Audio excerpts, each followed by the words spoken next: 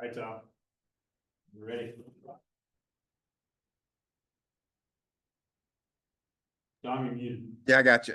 Hey guys, wanted to get your thoughts on what you see from the Ole Miss defense. Omega, if you wouldn't mind starting. A great group, plays hard, run to the ball, does a lot of things schematically very well. Great defensive back group, think plays hard. Like I said, runs to the ball, and the D-line pursue to the ball. They big, fast, can make a lot of plays, and that's gonna be key for them. Corey, what do you see? I see a pretty good front seven. They got some size up front for sure. Some bigger athletic guys. A real talented group. I'm excited to play the game though, but definitely a good group up front. Omega, you probably didn't see the block on game day, but Corey's pancake down the field on that second snap. When you saw it on tape, what'd you think of that play?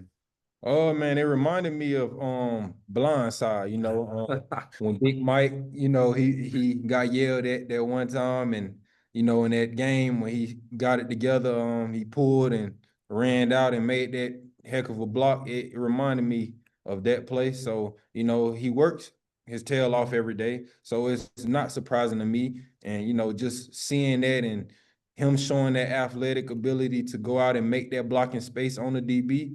It's amazing, man. Corey, I don't know if your read takes you that deep, but I mean, that was 17 yards downfield. What was going through your mind on that play? Yeah, nah, it was crazy for sure. We was working that play all week, so I've been really just waiting on it. And then when Coach Petrino called it, they gave us the exact look that we worked in practice.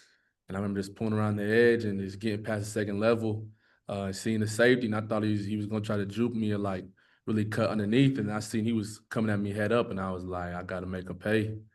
And I just tried to run through him. And that was all I was thinking, is run through him. You guys are averaging more than 50 points a game through 2 games. Corey, what do you think's fed into that? I would say our camaraderie on the offense and just like the way we practice. I feel like we really attack every single day. We all juice each other up throughout practice, make sure everybody's on the same page, everybody's giving all they have. And it's truly the expectation. Coach Petrino tells us, we should be scoring every time we touch it. And we try to practice with that same exact mentality. Omega, any thoughts along those lines? Yeah, just piggyback off what he said. Like I said, we attack practice every day. As the receivers, as soon as we catch it, tuck it, finish, burst, go scope, so we can get used to that. O-line, they, making those type plays that you seen Corey made in the game, they making those at practice. So, it's just, treating it like a game, everything full speed, and, when it's a walkthrough, still full speed, so it'll show up on the tape on Saturdays. Omega, how is your start compared to maybe what you felt like what you would produce through a couple of games?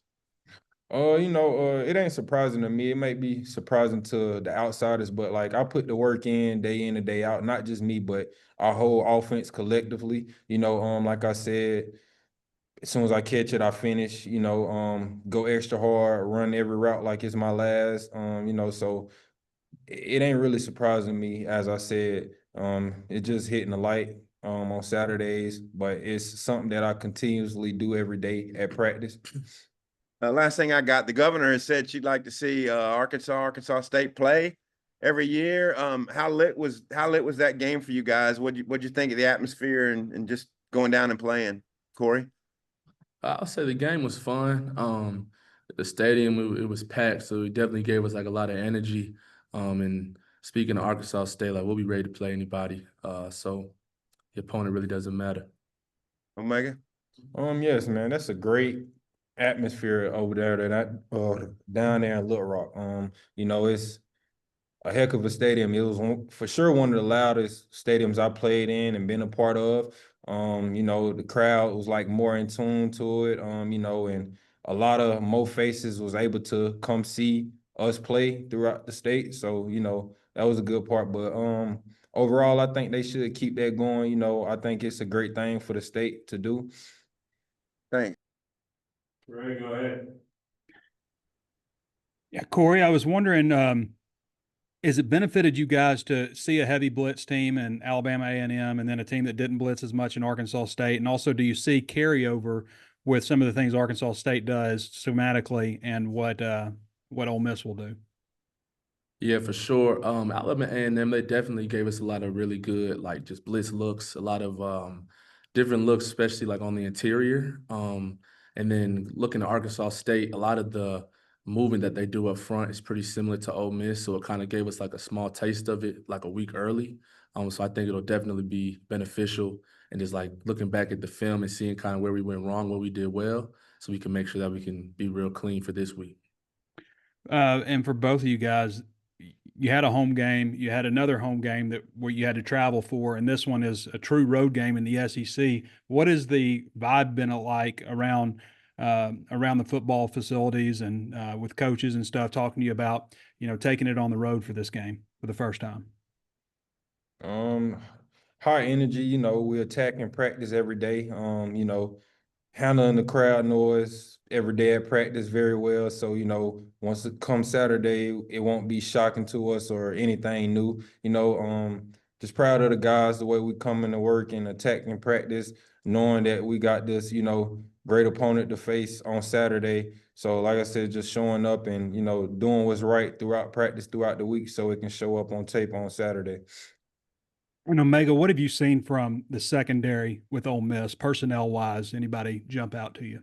All those guys, they good. Very physical.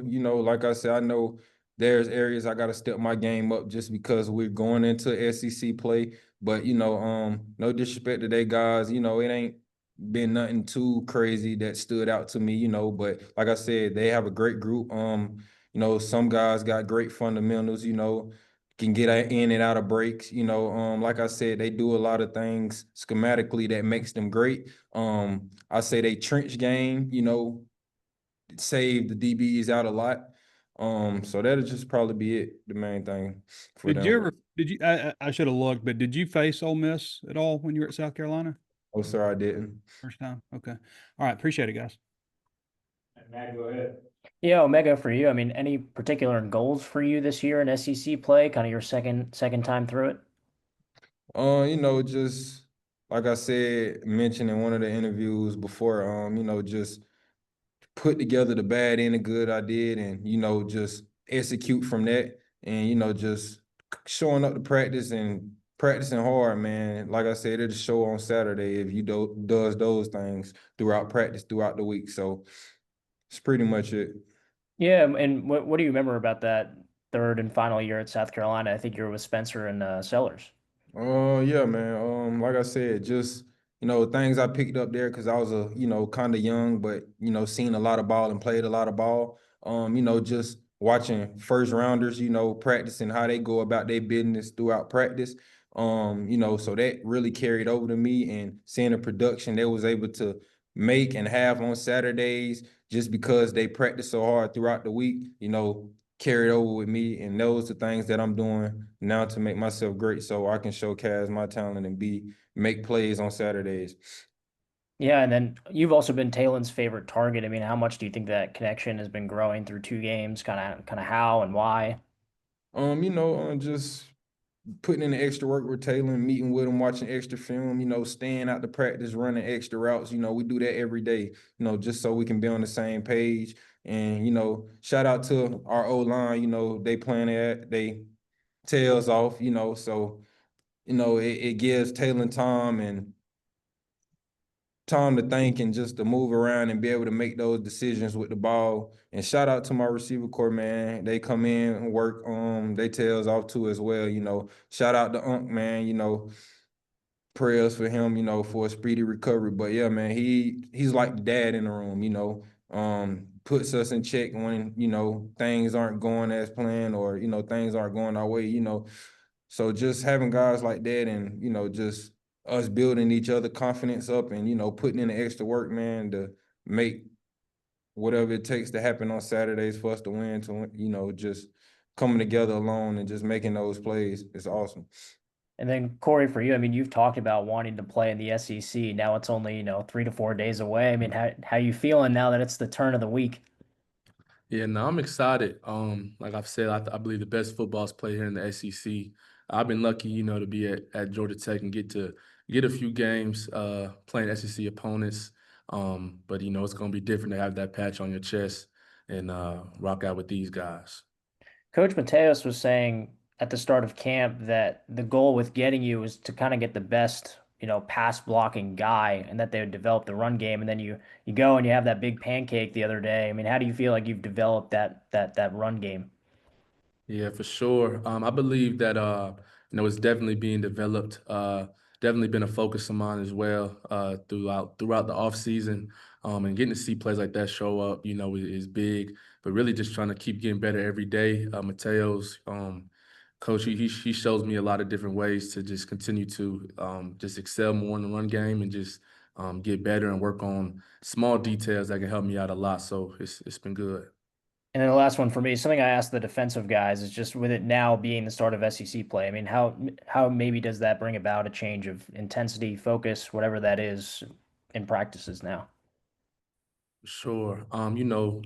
SEC play now is big, but I try not to, raise or lower how I practice or how I compete based on the opponent. So I just try to attack every single day like I'm playing the biggest game of my life, really, that upcoming weekend. Ethan, wrap it up. Yeah, Corey, you mentioned about playing SEC teams before. It's a little bit of deja vu for you because a couple years ago, week 3, you played at Ole Miss. I know the teams are a lot different with the portal now, but what do you remember kind of about that environment going down there? Yeah, it's a lot of energy. They're loud for sure. And they definitely feed off of their crowd a lot. But it was a lot of fun. It was a lot of fun playing there and against those guys. So I'm really looking forward to it one more time. And then Omega, just Monte, you mentioned him going down with the injury, how that's, been hard to see, but how has he maybe handled, an injury like that different than, just having that professional background and kind of his involvement still with what y'all do?